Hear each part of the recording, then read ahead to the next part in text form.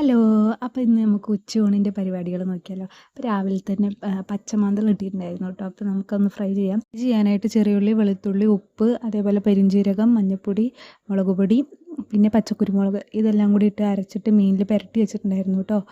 എനിക്കാണെങ്കിൽ ഇന്ന് ഭയങ്കര മടി പിടിച്ചൊരു ദിവസമായിരുന്നു. അപ്പോൾ തട്ടിക്കൂട്ടി ഒരു തക്കാളി കറി ഉണ്ടാക്കാമെന്ന് വിചാരിച്ചു.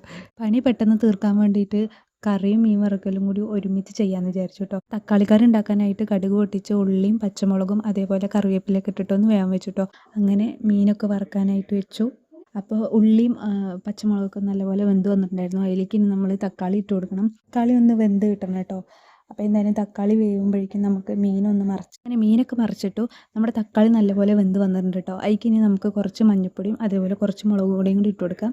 അതിന് ശേഷം ആവശ്യമായിട്ടുള്ള വെള്ളം കൂടി ചേർത്ത് കൊടുക്കുക കേട്ടോ. പിന്നെ ഒന്ന് ചെറുതായിട്ട് ഇങ്ങനെ തള വന്ന് തുടങ്ങുമ്പോൾ നമുക്ക് ആവശ്യത്തിനുള്ള ഉപ്പും കൂടി ഇട്ട് കൊടുക്കാം. കറി എന്തായാലും ഇനി നല്ലപോലെ തിളച്ച് വരട്ടെ.